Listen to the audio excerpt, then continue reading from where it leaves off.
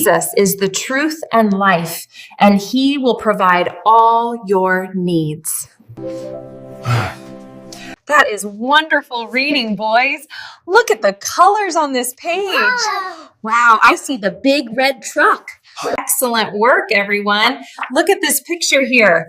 Wow, look at that. I can't believe they're reading. Billionaire came home unannounced and saw his maid doing this with his children. Before this story starts, follow right now, because the ending of this story will bring you to tears and you will never see Faith the same way again. I never thought a job would change my life, or his. My name is Clara, and I was just a maid. I took the job because I had no choice. My mother was sick. My rent was 3 months overdue. And when the agency called me with an offer to work in the home of Damian Cole, the coldest, most powerful billionaire in the city, I said yes before they even finished the sentence. They warned me about him before I walked through those doors. Mr. Cole does not tolerate noise. He does not tolerate questions. And whatever you do, the agency lady lowered her voice like she was afraid. He could hear her through the phone. Do not bring religion into that house. I laughed a little, a nervous laugh, because I am a Christian woman, born and raised. And Jesus Christ is not something I leave at the door like a pair of muddy shoes. But I needed this job. So I nodded and I went. The house was enormous, cold, beautiful in a way that felt almost sad, like a palace built by someone who forgot what warm felt like. Everything was marble and glass and silence. No laughter, no music, just the sound of expensive air. And then I heard them, for little voices tumbling down the staircase like a waterfall. Damian Cole's Quadruplets, for children, for years old, 2 boys and 2 girls, and every single one of them had their father's dark eyes and their late mother's smile. Their mother had passed away 2 years before I arrived. A car accident. Nobody talked about it. Nobody was allowed to. The children ran to me before I even set down my bag, like they had been waiting for someone to run to. That was the moment I knew I was not just there to clean this house. I was there for them. Damian Cole himself, I barely saw in those first weeks. He left before sunrise and returned after midnight. When he did appear, he moved to his own home like a ghost, cold and distant, his jaw always tight, his eyes always somewhere else, somewhere dark. He looked at his children the way a man looks at something that breaks his heart just by existing. I understood later. They had their mother's face, all 4 of them, and he could not bear it. But those babies needed love, and love was something I had plenty of. So every evening after dinner, I would sit with them in the playroom, and slowly, quietly, I started doing what came naturally to me. I started telling them about Jesus, not in a loud way, not in a preaching way, just the way my grandmother told me, soft and sweet and full of wonder. I told them about the loaves and the fish, about the little children Jesus held in his arms, about how there is a God who loves them so much that he counts every single hair on their heads. Their eyes would go wide. Little Elijah always asked the most questions. Little Grace would just hold my hand tighter. It felt holy, those quiet evenings, like something sacred was growing in that cold house. I should have been more careful. The night he came home early, I did not hear the front door. I was sitting cross-legged on the playroom floor. All 4 children were around me. I had the Bible open in my lap, the children's illustrated one I had bought with my own money, and I was reading them the story of David and Goliath. Elijah was standing on the sofa with a ruler, pretending to be David. Grace was giggling. The twins, Noah and Naomi, were hanging on every word. And then I felt it, that drop in the air, that silence behind the silence. I turned around slowly. Damian Cole was standing in the doorway, and the look on his face was not the look of a father moved by the sight of his children happy. It was the look of a man who had just seen something he considered a threat. His voice was low when he spoke, dangerously low. "Clara, step outside." The children went quiet immediately. Even at 4 years old, they knew that voice. I closed the Bible slowly and followed him into the hallway. My heart was hammering. He turned to face me, and his eyes were like ice. "What were you doing in there?" "Reading to the children, sir." "Reading what?" I lifted my chin. "The Bible." The silence that followed felt like a thunderstorm gathering. "I will say this once," he said, "and only once. You will not bring that book into my home again. You will not mention God, Jesus, or any of that in front of my children. Am I clear?" "Mr. Cole," they were asking questions about heaven, about their mother. I was only trying to. "Am I clear, Clara?" I looked at him for a long moment. This tall, powerful, broken man standing in his marble hallway with pain behind his eyes that he was trying to disguise as authority. "Yes, sir," I said quietly, but inside I was praying. "Lord, whatever is broken in this man, let your light find the crack." Months passed. I obeyed his rules outwardly, but I prayed over those children every night as I tucked them in. I prayed over the food I cooked. I prayed over the rooms I cleaned. I prayed over the hallway he walked through every morning. And then one Tuesday, everything changed. Mr. Cole did not leave for work. By noon, I found him at the kitchen table, which had never happened before. He was gray. I do not mean the color of his suit. I mean his face. The color had drained out of him like water out of a sink. "Sir, are you all right?" He did not even look up. "Mind your business, Clara." But I saw his hands trembling around his coffee cup. Within a week, the doctors came to the house. Then the specialists.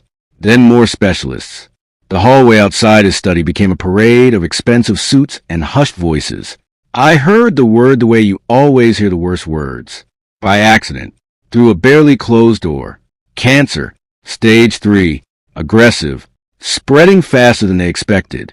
The next 6 months were the most painful thing I have ever witnessed.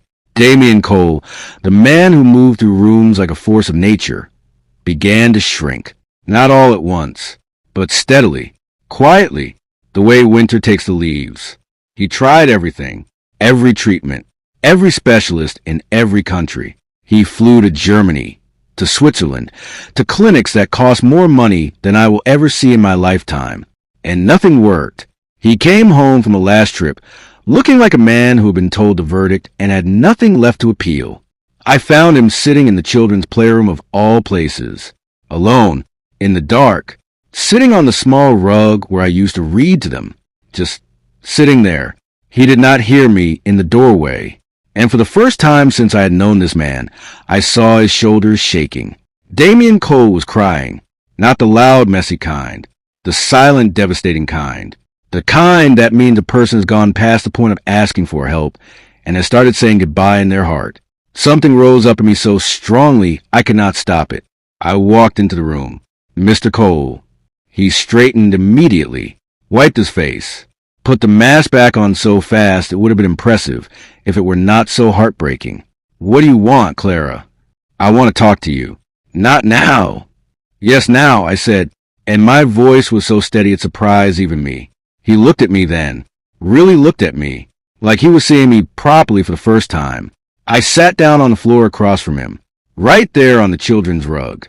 "Mr. Cole, I have watched you fight this thing with every weapon money can buy, and I respect that. I do, but there is one thing you have not tried." His jaw tightened. "If you say prayer, I am going to say prayer." He laughed, but it was a hollow sound. "Clara, I am a dying man. Do not insult me with fairy tales." "The same fairy tale," I said softly, "that your children have been asking about every night since you stopped letting me read to them. Little Grace asked me last week if God is the one who is going to take her daddy away, and I did not know what to tell her. That hit him. I saw it move across his face like a wave. Your children are 4 years old, and they are already trying to understand death." I continued. "And the only framework they have is the one I gave them before you stopped me.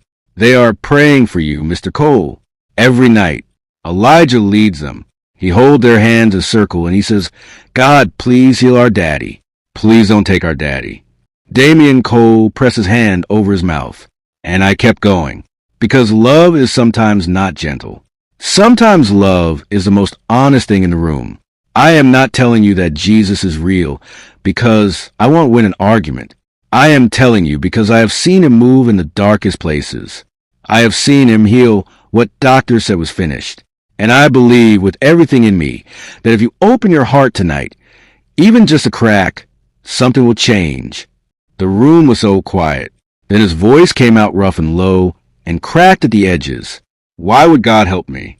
After everything I have said, after everything I have done. And I smiled, because that is always the question. That is always the door. Because that is exactly who he came for. I said, I took out my Bible. The same one he had once told me never to bring into his house. He looked at it, and he did not stop me. I read to him the way I read to his children. Softly, without rushing. John chapter 3, verse 16. Romans chapter 10, verse 9. And then I closed the book and I prayed. Out loud, right there in the dark playroom, with my hand resting gently near his. I prayed for healing. I prayed for peace. I prayed for those 4 little children who needed their father. I prayed for the grief he had been carrying alone since the night he lost his wife. I prayed until something in the atmosphere of that cold, beautiful, sad house began to shift. And when I said amen, I looked up. Damien Cole had his eyes closed, and tears were running silently down his face. And in a voice barely above a whisper, he said, "Tell me what to do." 3 weeks later, his doctors called it unexplainable. The scans showed what they kept calling an anomaly, regression, the kind of regression that did not match the treatment history because there was no new treatment, just the same failing protocol they had already written off. His lead oncologist sat across from him in that same office where he had once received the worst news of his life and said the words Damien Cole had stopped believing he would ever hear. "Mr. Cole, we cannot explain this, but the cancer is retreating." I was not in that room, but he told me later. He said he sat there in the doctor's office, and the first thing he did was bow his head, and the second thing he did was call me. He came home that evening and gathered all 4 children in the living room.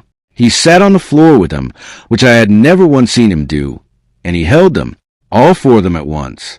Elijah, Grace, Noah, Naomi, just held them there on the floor of the house that had been silent for so long. And then he called me into the room. I stood in the doorway, and he looked up at me, and his eyes were full. "Clara," he said, "I owe you an apology and a conversation." He paused. "And I would like you to read to my children again, starting tonight, every night. Teach them everything you know." Grace looked up at me with those big eyes, and she said, "Is Jesus going to come read with us too?" And I laughed and said, "Baby, he was never not there." That was not the end. That was actually just the beginning. Because what Damien Cole did next, nobody saw coming. Not me, not his board of directors, not even his own family. And when I tell you what he said to me 3 months later, standing in his office with an envelope in his hand and something in his expression I had never seen there before, you will not believe it. He looked at me and said, "Clara, I need to ask you something. And I need you to know that this is not about money." What was in that envelope? And what did he ask me that had nothing to do with money? Next story gets even crazier, and trust me, you are not ready for what comes next. Follow right now so you do not miss it. And I need to know, what would you have done in Clara's position that first night in the hallway when he told her never to bring the Bible into his home again? Would you have stayed or walked away? Drop your answer in the comments. Share this with someone who needs to hear it today. And if the story moved you even a little, follow, because we're just getting started.